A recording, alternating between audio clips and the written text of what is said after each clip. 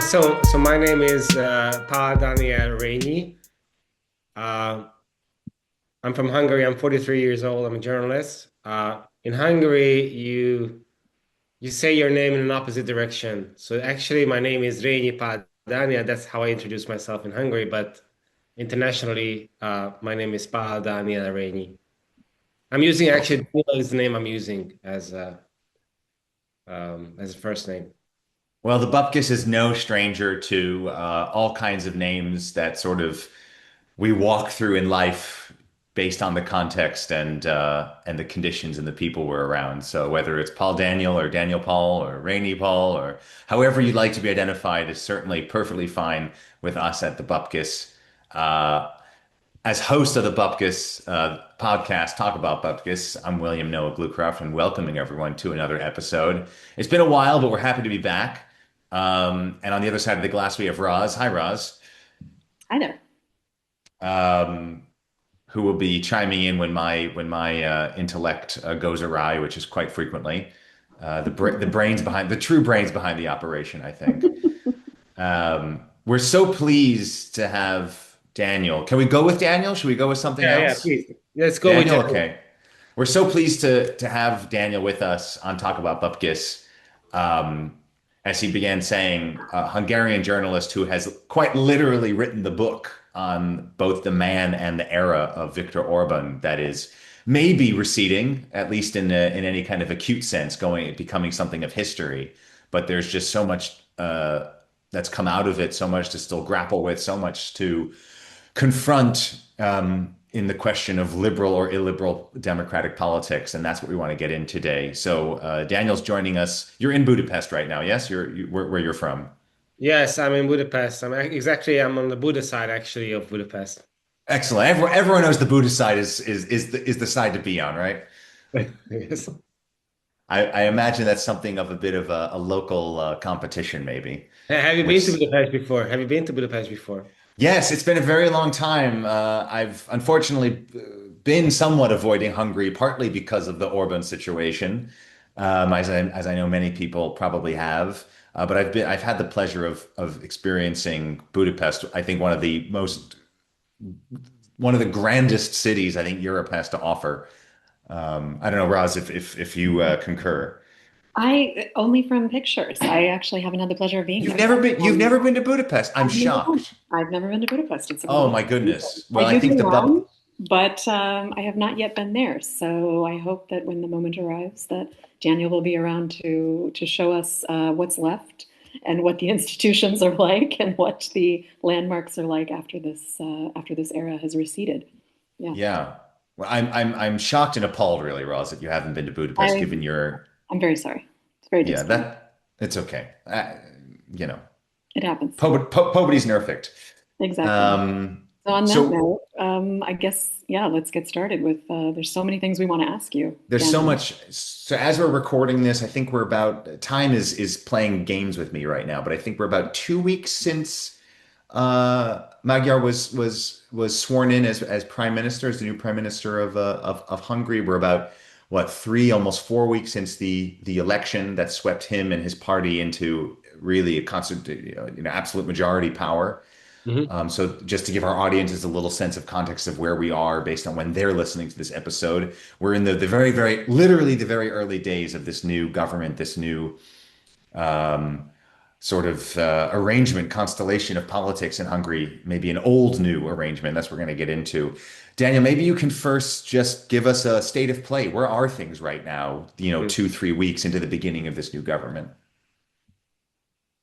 It's very difficult to sum up, to be honest with you. Yeah, I think uh, it's 5 weeks. The election took place on the 12th of April.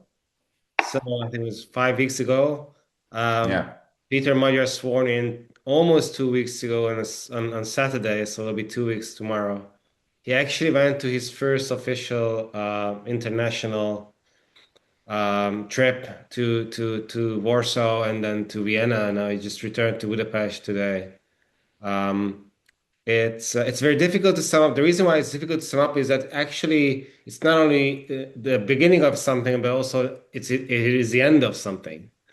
As Viktor Orbán has been reigning, so to put, in Hungary for 16 years, which is almost it is unprecedented in democratic Hungary. It's almost unprecedented in Europe, actually. I think Angela Merkel came close, which I think is a Yes, very yes, that says something about German politics, I think. exactly. Angela Merkel also governed for 16 years, but the huge difference is that Viktor Orban had never had the pressure to govern in a coalition government. The pressure, I mean, as an autocrat. So I mean, he's been ruling this country with a two-thirds majority for 16 years without any, proper checks and balances. So nothing that actually could have, um, let me put this way, weakened Reined his him power. in, or Yes. And so that's why um, this is such a long period and has been such a depressing period in Hungary for many that we're still in the process of understanding what it means that it ended. And at the meantime, of course, something new has already begun. But we have these mixed feelings. We still try to process the period we left behind. Just to give an example, in one of the major, so to put, I think it was in the news, in the international news, that in Hungary, all the billboards around the country were used for propaganda campaigns. So you went out to the street during this campaign and you saw crying children for the parents not to go to war on the side of Ukraine. Very depressing, very scapegoating, and very aggressive billboards all around the country, all the time, every year, every campaign for 16 years. Very hostile, against migration, against George Soros, against Brussels, against Ursula von der Leyen. You can go on and on and on. And simply when it stopped, the feeling that you don't have to see this, something you get so much used to, understanding that this has not been normal. You know it hasn't been normal, but you just get used to it. And so simply understanding and processing that this is not necessary, this is unnecessary to live this way is something very difficult to describe. And we just saw there are a few pro-European Union posters now starting to gather in the country, circling in the country. It's just it's just um, it's liberating. It's liberating, but we still have to process this. Daniel, that's so interesting to hear that perspective. And I'm wondering, I think later on, I think we'll come back to talking also about, the state of the institutions, and whether it's actually really possible for the era to end when so much has changed institutionally, constitutionally. And there are a lot of analysts who argue that it's in a way really not possible to end an era because of the changes that Orban and similar governments and projects put into place. But I think I want to come first to that personal level that you were nodding to. What is it like? Does it feel like some form of, not to pathologize it, but does it feel like some form of PTSD? Like you've been through so much individually and collectively, also professionally in the last 16 years. Does it feel like there needs to be a time where maybe you individually, also many other journalists, dissidents, people working in democratic institutions, and sort of the nation itself sort of just sits with this and says, what happened to us? Exactly. This is one of the many major debates now in Hungary.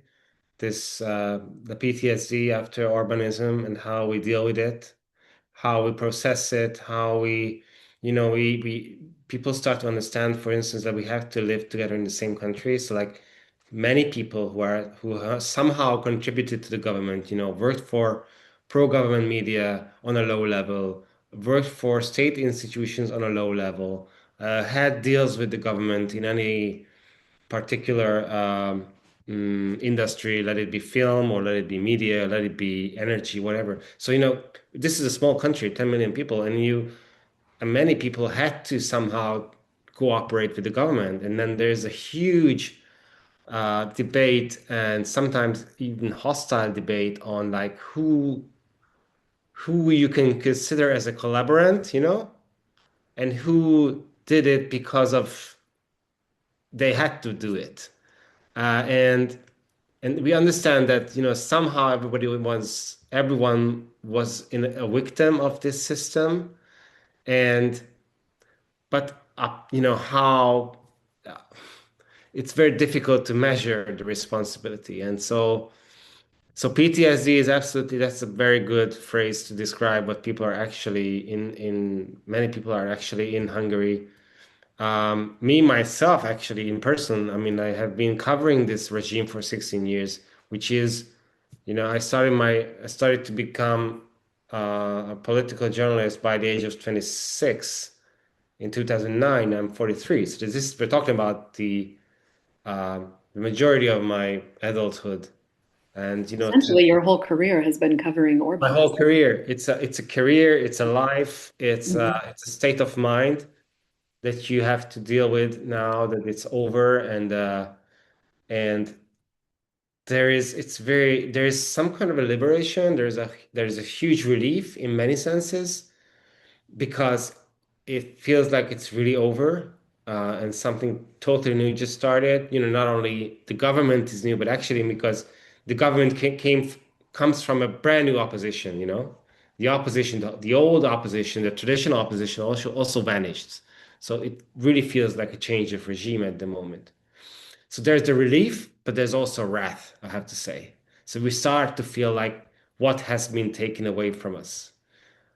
We start to notice that this hasn't supposed to be the way as it happened. And I started to write an essay for me to understand myself, my fears and my understandings of why it happened and how to deal with it. So I think it's also a social process, but there's also something everybody has to do individually, and that's what I'm also doing actually as a journalist. When you say everyone, I find this so interesting when we're talking about a country and what holds a country together. And especially right now, we're seeing such fragmentation and polarization in Western democracies everywhere, but especially between urban and rural. I mean, I think what happened in Hungary, I think Hungary is an extreme case, but it's not an unusual case what we're seeing in many other places. The the Orban might be gone, but the Orbanism surely is still there because people voted for him at some point over the last 16 years. Um, and you're in Budapest, it's the capital city, it's cosmopolitan, it's much more progressive, like many other capitals and big cities in other countries. Can you speak a little bit to that divide and what we're supposed to make of that divide now? Because it's not like all those voters that propelled Orban into power have just suddenly disappeared or suddenly woke up one day and wanted something different. Mm. Well, some of them disappeared actually, and the reason is very simple. Um, Many of them died. Sorry to put this so harsh, but if you look at the age statistics of these previous elections, that's very clear. So under 40, TISA won 80 to 20 against Fidesz. So they totally demolished them in that aspect. In elderly groups, Fidesz still has a slight advantage, but that's it. The core voters for Fidesz are very old. Um, they are. It's very difficult to see Fidesz to change its policies drastically. They have been. Their narrative has been so strict for such a long time. You don't. Very difficult to see to do them some type of very new way of politics. So, and yes, of course, it comes back to the conflict in between rural parts of the country and the cities. The big cities, of course, the big cities voted pro TISA this election, and Fidesz still have some sort of an advantage in the small towns and villages. That's true, but this has always been like that. I mean, Fidesz's story is about very young first generational intellectuals coming from rural parts of the country to the city to study here and found Fidesz in 1988. And their conflicts with the so-called liberal intellectuals, highly educated intellectuals, traditional liberal parties and groups. This has been the story of Fidesz forever. So there's nothing really new about this. One thing is that Peter Magyar and his party, TISA party, which they somehow still they grew out of Fidesz in many ways. Peter Magyar, I'm sure everyone who's listening to this is aware of that. That he was working under the Fidesz government um, as head of a state-owned company, and he's a former husband to the former Justice Minister Judith Varga, and he was part of the Fidesz family, so to put. And he actually his political socialization comes from 2002 when Fidesz and Viktor Orbán lost their first election. He was there, Peter Magyar was there, and he saw Orbán standing in 2002 and saying, okay, we lost, but we can come back from this.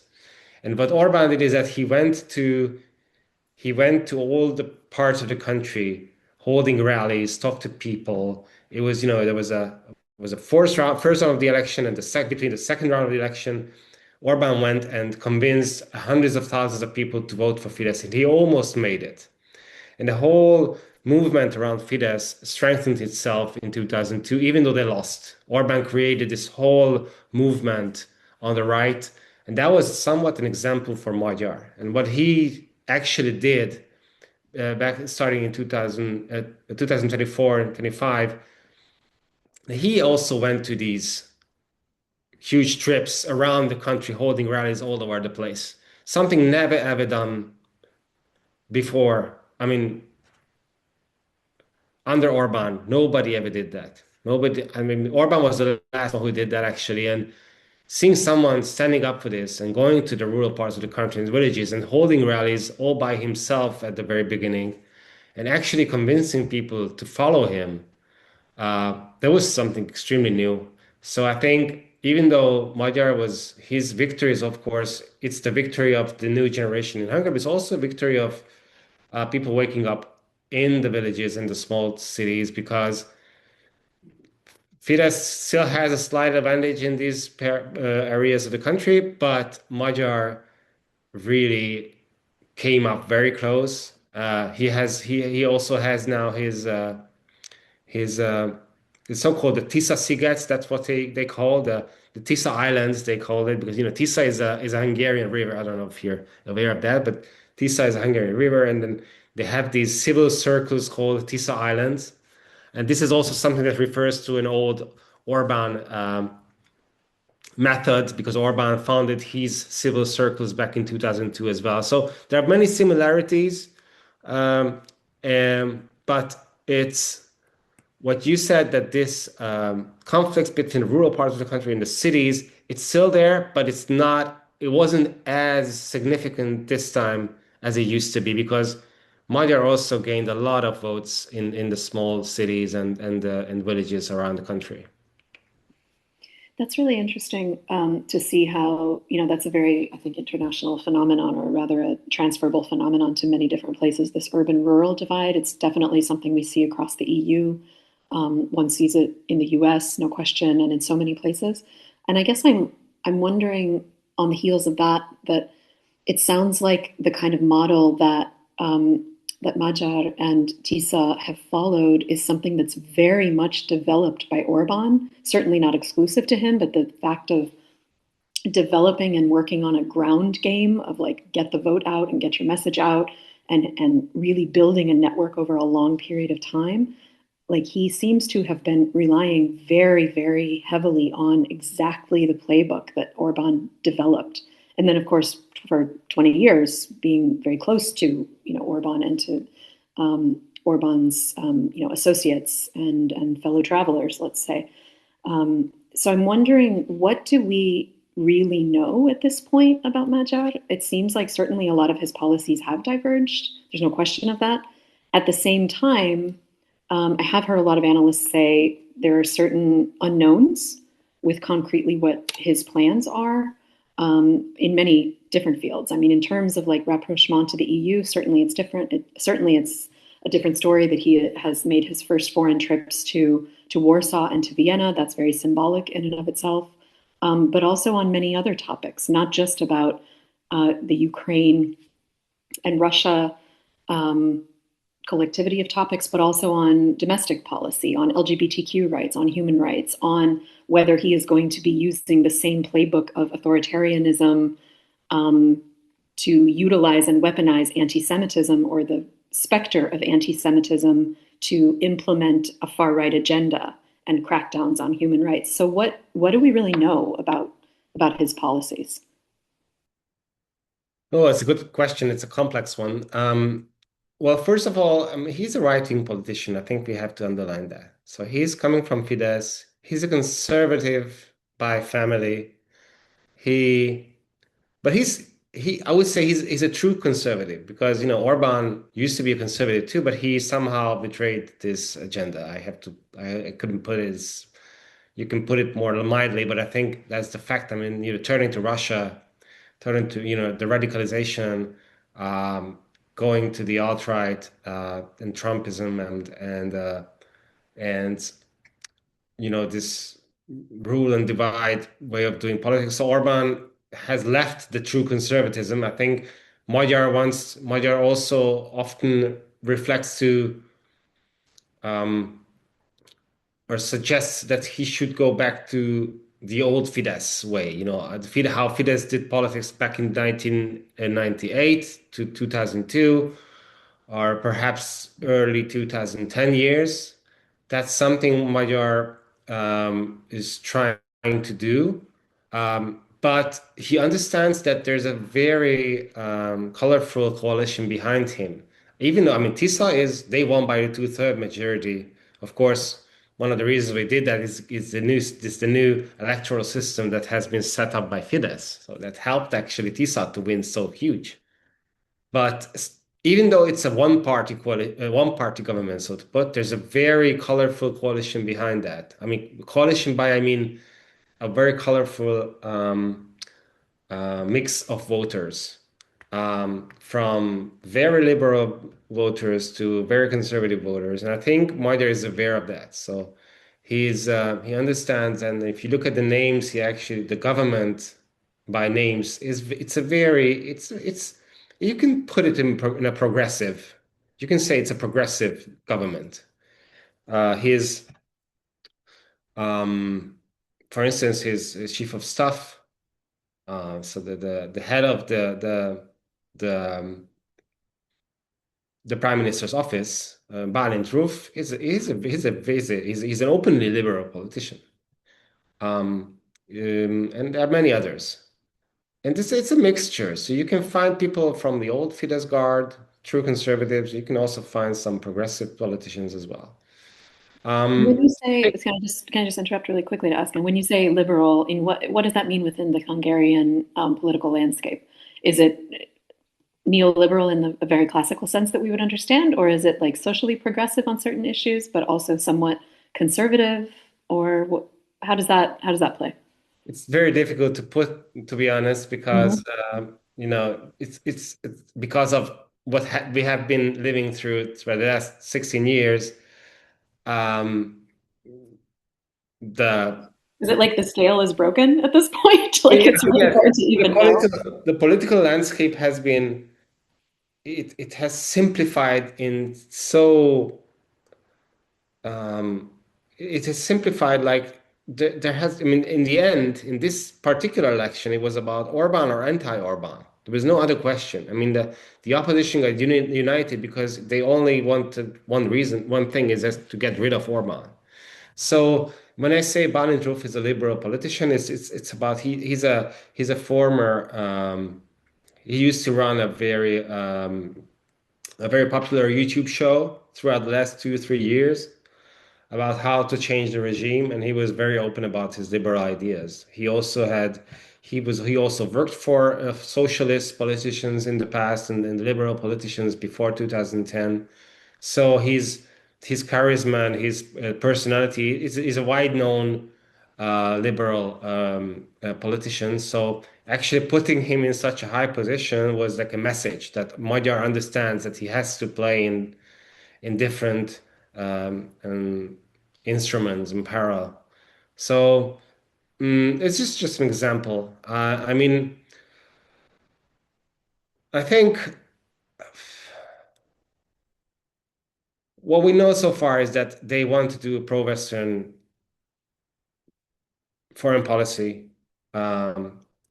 They want to get rid of this Russian agenda. That is a clear message from Mr. Magyar. They want to have a normal relationship with the European Union. They want to get all the EU funds. They want to get all the EU funds from Brussels to Hungary and have a deal with the European Commission. I think they just want to normalize and also want to face the past. Like there's one of the major promises they made is they would like to examine what actually happened throughout the last 16 years in every aspect of corruption, in particular, and one they want to see people to, you know, they want to make people responsible for what we have been through. And I think there's a huge let me say, many people agree that this is something that has to happen in order for us to move on.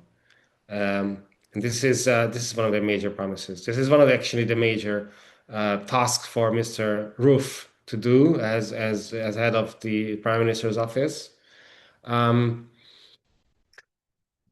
Of course, there's a lot of uncertainties. It's mostly because of the personality of Mr. Magyar. He's a very extremely energetic person. He loves the camera. The camera loves him as well, I guess. He's a I don't want to go into. Roz can relate to that, right, Roz? He's, Oh, I mean, yeah, big it's sometimes even difficult to follow him. You can see that it's a challenge for his staff to follow how energetic he is and how aggressively he communicates. He's doing YouTube live all the time, every day. You know, even in this time, I mean, he just came back from Warsaw and Vienna, and he showed the major ministries of the former government. Like I'm sure you're aware of that, Mr. Orbán and his staff. They moved to the Buda Castle, and he created their offices there. And what he did, Magyar, a few days after being elected or sworn into power, he went up to the castle and he started just like a guided tour around the former ministries and the prime minister's office of Mr. Orbán, showing how luxury they enjoyed throughout the last, I don't know, 5 to 12 years. And there was like a show, and the guy is a showman. And this is what he's actually doing 24/7. He has an exceptional sense for social media. He's he's and it's of course you can sense the risks and the dangers in how he's actually moving. Like he's not. I don't know how to put this, but it's a one-man show. It is as a one-man show as Orban used to be, but there's a huge but, and I think it's the political climate, but also the stuff around. So I think the people around in his cabinet, in the party, in the parliament, these are not like voter machines. Like TISA is a proper, I guess, as I see it from now, it's a proper party. So even though he might have some sort of I don't know how to put this very mildly or cautiously, but a high opinion of himself. I was going to say megalomania, but that's Yeah. Likes being I don't want to Daniel survived 16 years of Orban in Hungary. The last thing I want to do is now get him in trouble. So yeah. I want to be very clear on this. So Orban the guy, I wrote the book about him, and the title was A Must-Win Game. That guy he was really uh, obsessed with power, Orban. I My idea is that I believe um, Magyar is not obsessed with power. He's more obsessed with attention. He loves that, you know, running the show, and he can be very aggressive on that as well. We don't know on the long term how he would react to understanding the checks and balances of the system he's actually running. Um, but I think he's aware of the dangers of becoming Orban 2.0. This is also one of the debates in the Hungarian media nowadays, and I think he's aware of that. You know, one thing, first, just to give an example, one of the key promises he gave was to limit a prime minister's mandate uh, in Hungary To into 8 years, right? 8 years, and this is something they have now submitted. So this is going to be the first change of the new constitution under his reign, is to put this into a constitution that nobody ever in Hungary can become a prime minister for a longer period than 8 years, and that would obviously affect and limit His his own power, his own longevity in the his office, own right? power. Yes, yes. Yeah. Actually, there's also a debate about how this would affect Orban's power because um, they say this might be the end of the reign of Viktor Orbán because if they implement or accept this change of the constitution, this would mean Orbán literally cannot return to power because he already served 20 years. And, you know, as the constitution said, you cannot be a prime minister for a longer period of time than 8 years. This would mean that actually rules him out as a future leader of Hungary. I mean, that seems like a really significant change, and it's also a really, it I seems think very, very this meaningful that balance. that's the first major constitutional change in this mandate, right?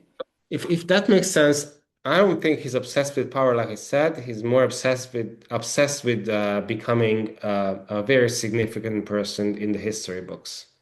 And I think it's Well, a that big. I guess he's already accomplished, right? He gets to go down as the man that unseated But Orban. he has a very different background than Mr. Orban. He's coming from Buda family, from the hills of Buda, with a conservative family. Orban comes from a very poor village with a difficult background. Um, they have different agendas. Even though there are some similarities, of course, Mr. Magyar studied Orban in many aspects, but he's also someone he wants to concourse. He wants to um, um, I don't know how to put this, but there's a lot of personal in this, I have to say. So many personal things, starting with how it all started. Viktor Orbán forced Mr. Magyar's previous wife to resign as a justice minister in a case he thinks she was innocent. And this is also the so-called pardoning case is also now in the front line in Hungary because Mr. Magyar started to investigate how it all happened. You have this feeling that he wants to clarify his former wife as a justice minister that she never really made a mistake, and it was actually forced by Mr. Orbán and his circles for her to sign this pardoning case, and um, you can sense how he's actually presenting all these evidences and investigations that there's a lot of personal issues in this. So he also wants to. Perhaps revenge is a strong word, but there's certainly a lot of personal aspects in this matter. Yeah, and I think that brings me also to what I wanted to ask next, which is, apart from just the fact that, okay, he's now going down in the history books as the guy who was able to unseat Orban, he has a certain element already of a legacy, because that's already just a remarkable accomplishment from any point of view, regardless of how one feels about his actual politics. Mhm. But then that brings me into wanting to ask about, on one hand, issues of accountability, because you've mentioned how so many people are saying we need this level of accountability and understanding, some level of like a truth and reconciliation commission, like many countries have done, to understand what has gone on, but then also to bring to account to have some sense of accountability. And the fact that he is so clearly in a certain conflict of interest because of his own work and his familial connections, etc.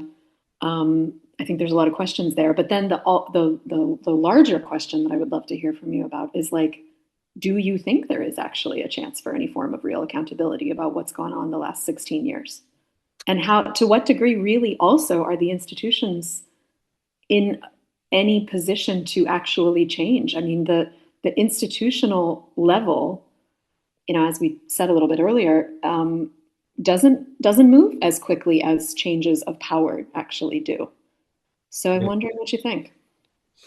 Well, that's a perfect question. I mean, very difficult to tell, because this promise of, how you said, a reconciliation. Yeah, I mean, many countries have done this thing with truth and reconciliation commissions. Yeah, I mean, Here, maybe it would be truth and accountability or something. I don't know, but because this is a promise that almost all the governments make once they step into power, and mostly nothing ever happened throughout the last 37 years, 37 years since the change of regime in 1989. So it feels like it's like a trap, a paradox trap also, because I also talked to like a few TISA politicians about that, and they say this cannot be a political act. So what they would do is that would set up an authority to investigate all these issues. It's not only about legal accountability, but also about actually getting back the money from these oligarchs and former Orban affiliates and family members. We're talking about tens of billions um, of forints. And so you mean in how do terms you, of like the domestic funds, but also squandered EU funds?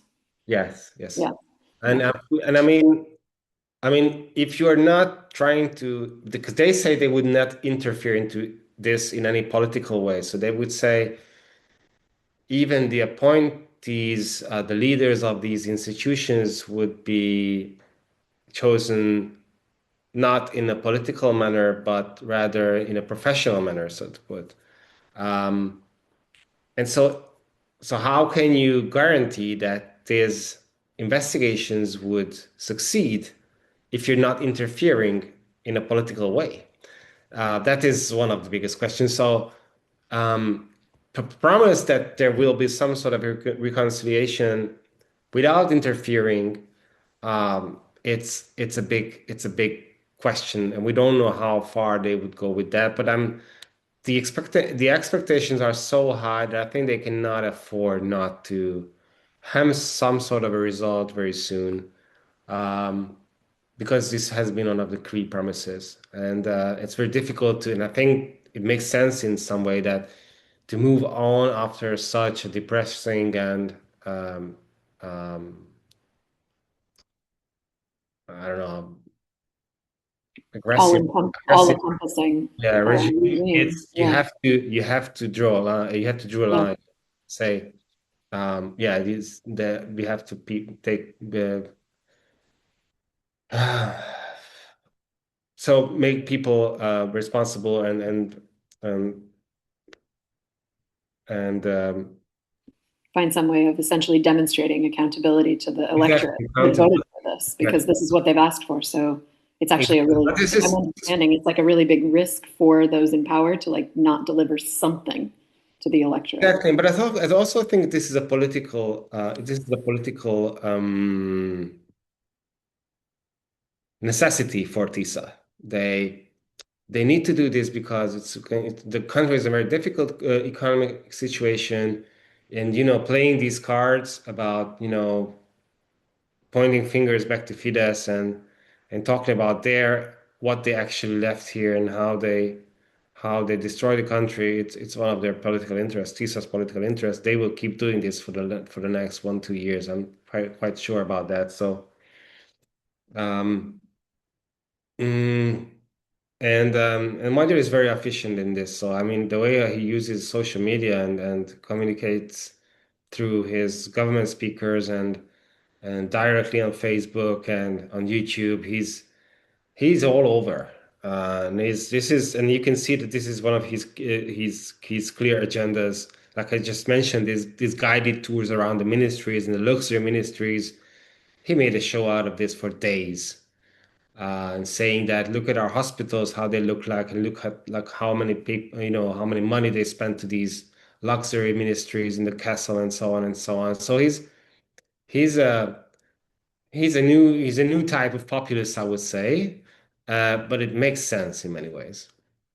And I think it's important to note that populism has gotten a really bad reputation in the recent years because it's so much connected now to far right nationalist, white supremacist movements. But in populism, just as a word, as a political idea, is not necessarily bad. There's left-wing populism. There's lots of different kinds of populism.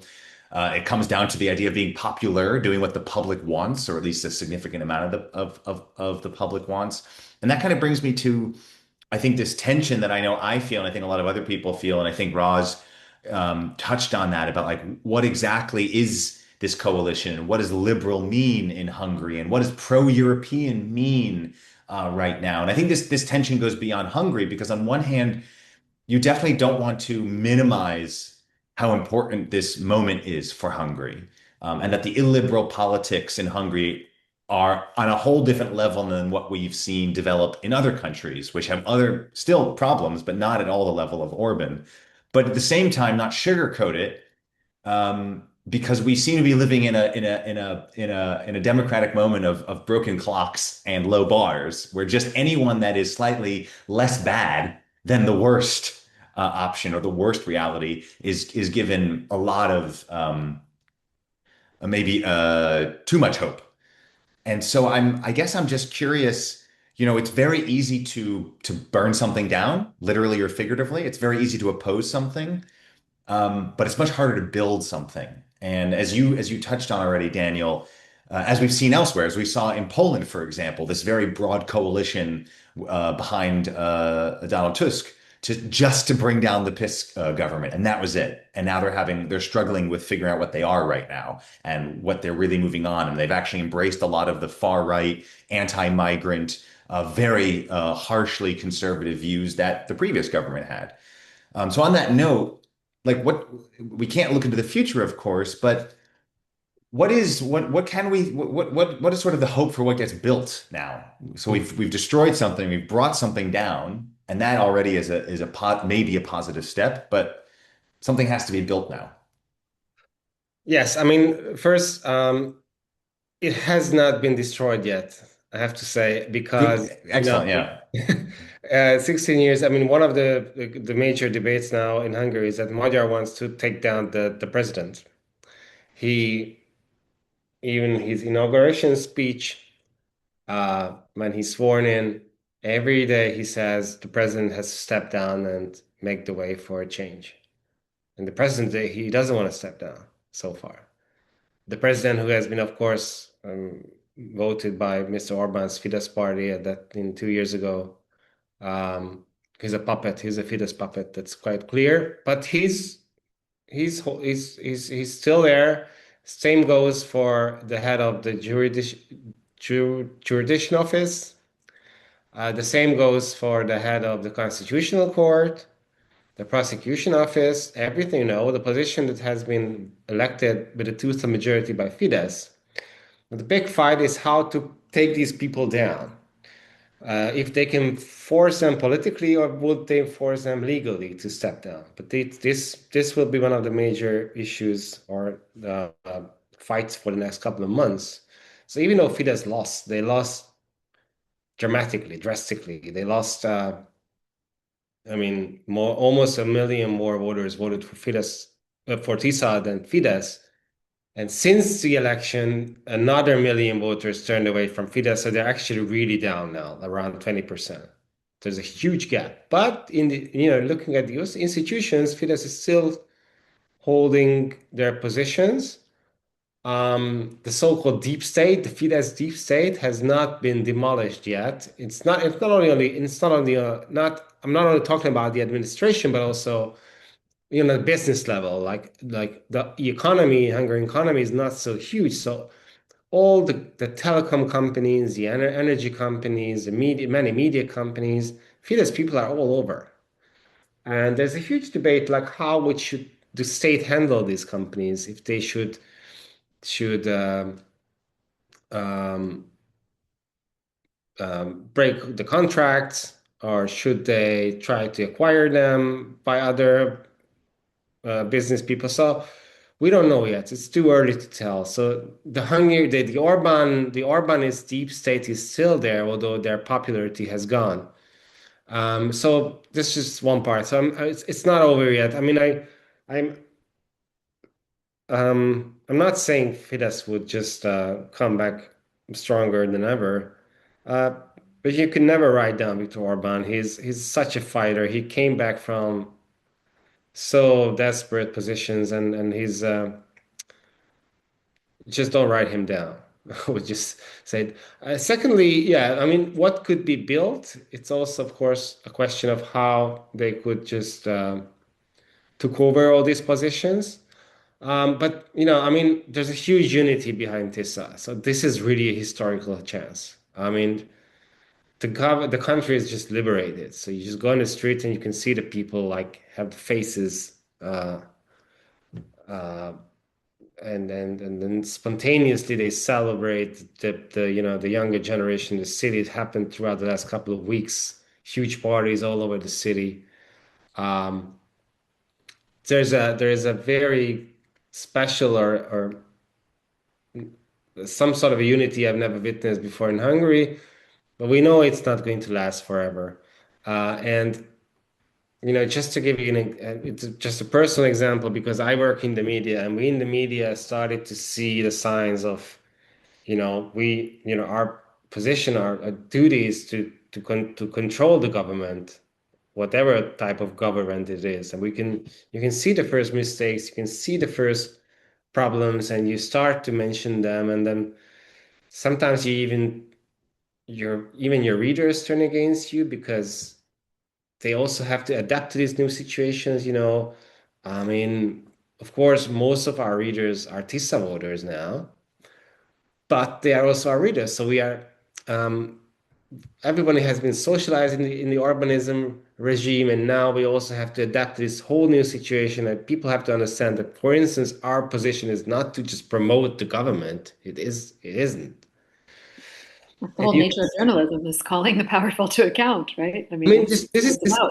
this is how people's state of mind changed. About. Because many people Yeah. think that our mission was to to make the Orban regime fall. This just was not actually. It was our task was just to control them and then to report them, and it was the civil society's responsibility, so to put, to actually take them down politically. So everybody has to adapt to this new situation, and I mean, media and Magyar, there will be tensions. You can sense that they have. I'm talking about the traditional media. He's not a big fan. Of course, none of the new populists are, or let me say, I wouldn't say populists, but the new age politicians, they're not really a fan of traditional media simply because they don't need that. You know, they do it like Moyer is doing. He's doing the live shows every day, all the time, hours. And people are watching like crazy. Like tens of thousands of people are watching him live every day, whatever he's doing, whatever. He's holding a rally or meeting Mr. Tusk, or going to Austria, or running a show in the Buda Castle, or Tying his presenting. shoes, brushing his teeth. Yeah, absolutely. And then and like they don't need the traditional media to convey their messages. So actually the traditional media is becoming a burden for them, like asking questions and um um you know stopping them in the street, asking questions, doing interviews, and it's not comfortable for them. So that wouldn't be as easy as it looks for now. Um, but coming back to your question, it's early to tell what type of builder is Mr. Muddy, if he can build or only to destroy and demolish. Um, We will see. We will see. And I always I think at the Bupkes it's our very Jewishly sense to never really land on an answer, but always just leave with more questions and more complexity. And I think this kind of final complex picture you paint is a really important place to leave our audiences, because of course nothing is ever one or the other, problem and solution, yes or no. These things are mixed up in each other, and things don't change overnight. And of course, politicians want us to think that democratic politics is electoral politics, and once you've won the election, then that's you. Everyone just go back to I don't know, driving their cars and shopping. But of course, democratic politics is so much bigger than just the electoral politics. And I think that's sort of the picture you're painting right now, that there's winning the election is one thing, but actually governing and building a society that we can all live in more or less decently is quite another. So, Daniel, I want to, on behalf of Roz on the other side of the digital glass, so to speak, and me, William Bluecraft, and on behalf of the Secretary General of Words of the Bupkes, Noach Lachovich, I want to thank you so much for sharing just a small insight. I know we could talk for so much longer, but and hopefully we can. We'd love to have you back for some updates when we do start to see what Magyar starts to build, if anything, good, bad, or otherwise. And maybe we could do a live. We should do a live. What do you think, Roz? A live Bupkes in Budapest. It rolls off the tongue. You're all invited to Budapest anytime you want to come. It's a beautiful, it'd be amazing. Live from Buda Castle. Yeah, let's do it. Thank you, Daniel. I think we should do that. Yeah, sure. There's actually, you can go into the castle now, because Mr. Magyar opened up the former prime minister's office. So they're like guided tours actually every weekend. People can go in, like thousands of people go every weekend. So it's fun. I haven't done that before because it's so packed, but I want to do this in the upcoming weeks sometimes. All right. Well, we're gonna plan. I don't think the Bupkes has its summer holidays planned yet. So maybe there's still a shot. But Roz and I will discuss. We'll discuss amongst ourselves. You're all invited to sunny Budapest. Phenomenal. It's a beautiful city, and I know we're just so glad for the people there that there's at least some hope of a fresh wind and a little bit of feeling, that a little bit of breathing space in everyday life. So Daniel, again, thanks so much for your time. We know you're super busy and it's been hard to try to arrange. We've been wanting to talk to you for a long time, so we're really glad that we finally made it happen. Thank you for having me. It was a pleasure, and I hope to see you very soon in Budapest.